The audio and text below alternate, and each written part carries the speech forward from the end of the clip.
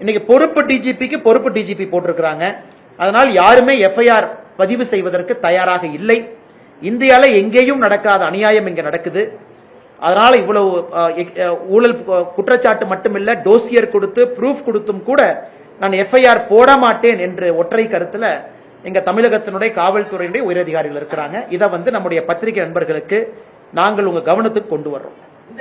அடுத்து இரண்டாவதுங்கன்னா எஸ்ஐஆரை பொறுத்தவரை ஃபேஸ் 1 தமிழகத்தில் இன்னும் 3 நாட்கள் டிசம்பர் 14ஆம் தேதி வரை எக்ஸ்டெண்ட் பண்ணியிருக்கிறாங்க. அது வரைக்கும் நம்முடைய எனுமரேஷன் ஃபார்மை கொடுக்கலாம். ஏற்கனவே பாரதிய ஜனதா கட்சி நாங்க சொன்னதுதான், 80 லட்சத்திற்கு மேல தமிழகத்தினுடைய வாக்காளர் பட்டியலில் குறைந்தபட்சம் நீக்கப்பட வேண்டும் என்று சொல்லியிருந்தோம். இன்னைக்கு தேர்தல் கமிஷன் கொடுத்திருக்கிற டாக்குமெண்ட் படி 77 லட்சம் நீக்கி இருக்கிறாங்க. அதாவது இன்னைக்கு இந்த டிராப்ட் லிஸ்டுக்கு முன்னாடி டெய்லி கொடுக்கிற பிரஸ் நோட் அப்டேட் அடிப்படையில் 77 லட்சம் வாக்காளர்கள், 6,41 லட்சம் வாக்காளர்கள் எஸ்ஐஆருக்கு முன்னாடி, இன்னைக்கு வரைக்கும் 77 லட்சம் வாக்காளர்கள் death, shifted, absent, not found, இறந்து போயிட்டாங்க, மாறிட்டாங்க, பெர்மனன்ட்லி ஷிஃப்டட் மாறிட்டாங்க, காணாம போயிட்டாங்க, கண்டுபிடிக்க முடியல, இதர காரணங்கள்.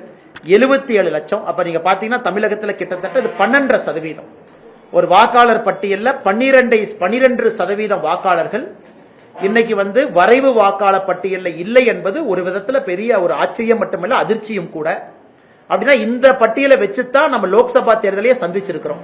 2024 லோக்சபா தேர்தலில் இந்த பட்டியலை வச்சுதான் நம்ம சந்திச்சிருக்கிறோம். 12% வாக்காளர்கள் இல்லை. இன்னைக்கு அடுத்த இந்த 14 டிசம்பர் இந்த ஃபேஸ் முடிஞ்சதுக்கு அப்புறம் டிசம்பர் 19ஆம் தேதி வரைவு வாக்காளர் பட்டியல் வெளியிட இருக்கிறாங்க. அதை கண்ணும் கருத்துமா நம்ம பார்க்கணும். கிட்டத்தட்ட 80 லட்சத்திற்கு மேல நீக்கப்பட்டாங்கன்னா தமிழ்நாட்டினுடைய வாக்காளர்கள் 5.5 கோடிக்கு வந்துருவாங்க. 5,60,00,000, 5,62 லட்சத்துக்கு வந்துருவாங்க.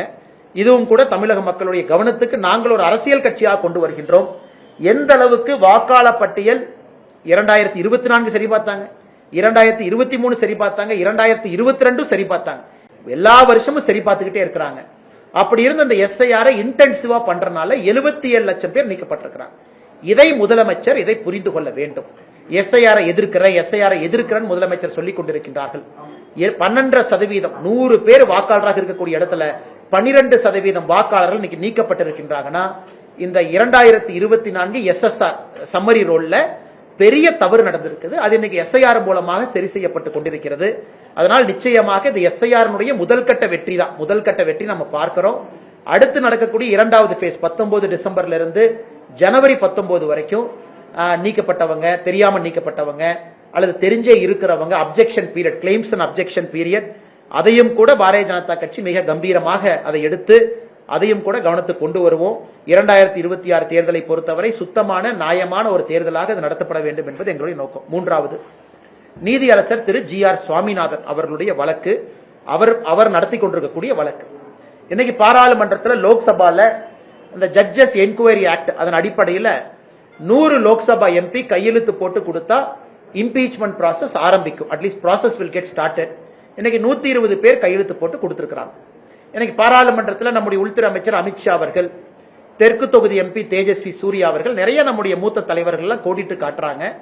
எப்படி திராவிட முன்னேற்ற கழகத்தை அமித்ஷா ஜி சொன்னாங்க, இந்தியா அரசியல் சரித்திரத்தில் முதலாக ஒரு நீதிபதி தீர்ப்பு கொடுத்ததற்காக அந்த நீதிபதியின் மீது இம்பீச்மெண்ட் ப்ராசஸ் கொண்டு வந்திருக்கிறாங்க. இன்னைக்கு இந்தியாவில் 11 பேருக்கு மேல இம்பீச்மெண்ட் ப்ராசஸ் ஆரம்பிச்சிருக்கிறாங்க. வெற்றிகரமாக நடந்ததில்லை, 11 பேருக்கு மேல ஆரம்பிச்சிருக்கிறாங்க. அதுல 10 பேருக்கு மேல நீங்க பாத்தீங்கன்னா யாரும் இதுக்காக கிடையாது, பணம் வாங்கியிருக்கிறாங்க அல்லது வீட்டுல பணம் இருந்துச்சு அல்லது கூட இருக்கக்கூடிய இவங்களை தவறான முறையில் நடத்தி இருக்கிறாங்க, இந்திய இறையாண்மைக்கு எதிராக அவங்க நடந்திருக்கிறாங்க, இப்படித்தான் இருந்திருக்கோ தவிர அவங்க ஒரு தீர்ப்பு கொடுத்திருக்கிறாங்க அப்படிங்கறதுக்காக கிடையாது. அதனால இன்னைக்கு திராவிட முன்னேற்ற கழகம் அதை அப்படியே மாத்தி அந்த இம்பீச்மெண்ட் நோட்டீஸ்ல திரு GR சாமிநாதன் அவர்கள் மீது பல அவதூற பரப்பி இருக்கிறாங்க. குறிப்பிட்ட ஒரு சமூகத்தினுடைய வழக்கறிஞர்களுக்கு மட்டும் முன்னுரிமை கொடுக்கிறாரு, அவருடைய ஜாதியை உள்ள கொண்டு வந்திருக்கிறாங்க, இந்திய இறையாண்மைக்கு எதிராக இருக்கிறாங்க. இவ்வளவு பொய்களை பாராளுமன்றத்தில் பேசியதை நம்முடைய உள்துறை அமைச்சர் அவர்கள் சுட்டி காட்டியிருக்கிறாங்க. இதுல உத்தவ் தாக்கரே போன்றவர்களும் கூட இதுல அவங்களுடைய கட்சி சார்பாக கையெழுத்து போட்டிருப்பது நமக்கு அதிர்ச்சியும் வேதனையும் அளிக்கிறது. அதனால் நிச்சயமாக ஒரு பக்கம் நம்ம பார்க்கிறோம், GR சாமிநாதன் அவர்கள் கடந்த 8 ஆண்டுகள்ல பெரிய கேசஸ் 75,000 கேஸ் சால்வ் பண்ணிருக்கிறாங்க. நம்ம பார்த்தோம், 75,000 கேஸ் ஹையஸ்ட் வெல் பெர்ஃபார்மிங் ஜட்ஜஸா இருக்கிறாங்க. அப்படி இருந்தும் திராவிட முன்னேற்ற கழகம் இந்திய அளவில் நம்முடைய ஜுடிஷியரியினுடைய நடவடிக்கையை கேலிக்குத்தாக்கி இருக்கிறாங்க. நம்முடைய நீதி அரசர்களுக்கு ஒரு விதமான பயத்தை ஏற்படுத்தி இருக்கிறாங்க. யாராவது நேர்மையா தீர்ப்பு கொடுத்தா நமக்கும் இந்த நிலைமை தான் நடக்கும் அப்படிங்கிற ஒரு பயத்தை திராவிட முன்னேற்ற கழகத்தினுடைய எம்பிக்கள் பாராளுமன்றத்தில் ஏற்படுத்தி இருக்கிறாங்க. உங்களுக்கு தெரியும், இந்த நோட்டீஸ் கொடுத்ததுக்கு அப்புறம் ஸ்பீக்கர் 3 பேர் கொண்ட குழுவை உருவாக்குவாங்க. அந்த 3 பேர் கொண்ட குழு அவங்க என்கொயரி பண்ணிட்டு தவறா இருக்கு சரியா இருக்கு ரிப்போர்ட் கொடுத்ததுக்கு அப்புறம் பார்லிமெண்ட்ல 2/3 of members present and voting 50% of total members அத்தனை பேர் ஓட்டு போடணும். அதெல்லாம் நடக்கிறதுக்கு வாய்ப்பே இல்லை. அந்த ப்ராசஸ்க்குள்ள அது போகவே போகாதுங்க. ஏன்னா 120 பேர்த்தினால பார்லிமெண்ட்ல அவங்களால அந்த ப்ராசஸ் ஜெயிக்க முடியாது. பட் இருந்தும் நீதி அரசனுடைய மாண்புக்கு இவர்கள் தேவையில்லாத ஒரு பிரச்சனையை விளைவித்திருக்கின்றார்கள்.